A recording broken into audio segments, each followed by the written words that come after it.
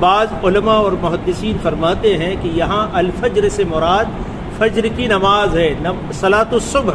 فجر کی نماز مراد ہے کہ فجر کی نماز کی اللہ نے قسم کھائی۔ بعض مفسرین فرماتے ہیں کہ یہاں فجر سے مراد والفجر سے مراد محرم کی پہلی تاریخ کی فجر ہے، اس لیے کہ اس پہلی تاریخ کی فجر سے نیا سال شروع ہوتا ہے، اس لیے اس کو والفجر کہہ کر اللہ نے اس کی قسم کھائی ہے۔ اور بھی محدثین نے مختلف باتیں اس میں لکھی ہیں، لیکن راجح قول یہ ہے کہ یہاں مراد اس فجر سے یوم النحر یعنی 10ویں تاریخ کی صبح مراد ہے، 10ویں ذی الحجہ کی صبح مراد ہے۔ اور 10ویں ذی الحجہ کی صبح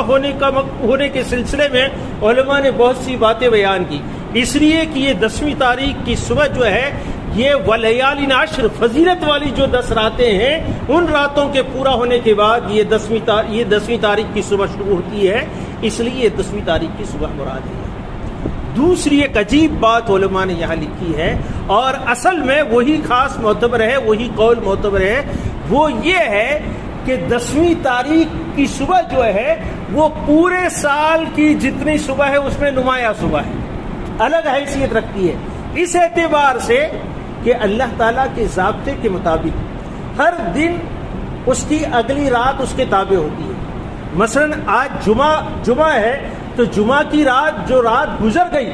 کل کی مغرب سے جمعہ شروع ہو گیا تھا، اسی وجہ سے یوں آتا ہے کہ اگر کسی شخص نے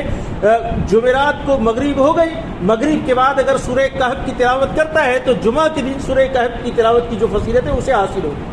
اور اسی طریقے سے علماء کے یہاں ایک طریقہ یہ بھی ہے، چونکہ حدیث شریف میں یوں ارشاد فرمایا گیا کہ بھئی اکثر الصلاۃ علیہ یوم الجمعہ، کہ جمعہ کے دن مجھ پر کثرت سے درود شریف پڑھو، تو علماء فرماتے ہیں وہ درود کے پڑھنے کا وقت مغرب کی نماز کے بعد سے شروع ہو جاتا ہے، اس لیے کہ جمعہ شروع ہو گئی ہے وہاں سے۔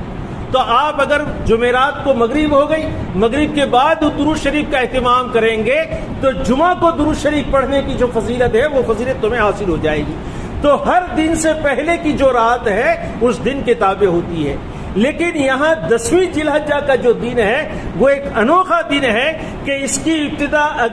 اگلی رات کی مغرب سے شروع نہیں ہوتی، بلکہ اس کی ابتدا صبح سے ہوتی ہے، اور یہ رات جو ہے وہ 9ویں ذی الحجہ کی تابع ہے۔ اور عرفہ کا جو دن ہے اس دن کی 2 راتیں ہیں، اس سے پہلے والی رات بھی اس کی تابع ہے، اس کے بعد والی رات بھی اس کی تابع ہے۔ اسی وجہ سے علماء فرماتے ہیں کہ حج کا ایک اہم رکن ہے وقوف عرفہ، میدان عرفات میں جا کر حاجی کو وہاں قیام کرنا، بلکہ حدیث میں یہ ہے کہ وقوف عرفہ ہی حج ہے، حج یہی ہے۔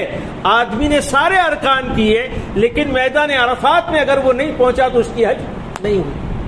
اور اگر علماء نے لکھا ہے اگر آدمی سوتے ہوئے میدان عرفات سے 9ویں ذی الحجہ کے دن گزر گیا تب بھی اس کی حج ہو گئی، اسے معلوم نہیں ہے کہ میں عرفات سے گزرا ہوں، بس میں یا سواری میں تھا، نیند میں تھا، اور سواری 9ویں ذی الحجہ کے دن میدان عرفات سے گزر گئی تو اس کا حج ہو گیا۔ 9ویں ذی الحجہ کو عرفات کے میدان میں پہنچنا اسی کا نام حج ہے۔ اور علماء نے یہ لکھا ہے کہ 9ویں تاریخ کی اگلی رات سے حاجی وہاں پہنچنا شروع ہو جاتے ہیں میدان عرفات میں۔ کوئی شخص کسی وجہ سے 9ویں تاریخ کی اگلی رات کو نہیں پہنچ سکتا، 9ویں ذی الحجہ کا پورا دن نہیں جا سکا،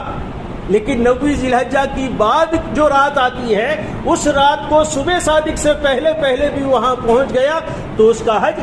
ہو جائے گا، وہ عرفہ میں پہنچا یہ شمار ہوگا۔ تو اس اعتبار سے 9ویں ذی الحجہ کی کتنی راتیں ہیں؟ 2 راتیں، پہلے والی رات بھی بعد والی رات بھی، اور 10ویں ذی الحجہ جو ہے وہ صبح سے شروع ہوتی ہے۔ یہ ایک انوکھا دن ہے اور انوکھی صبح ہے تمام سال کے اندر، اس وجہ سے اللہ تعالیٰ نے یہاں جو قسم کھائی ہے وہ 10ویں ذی الحجہ۔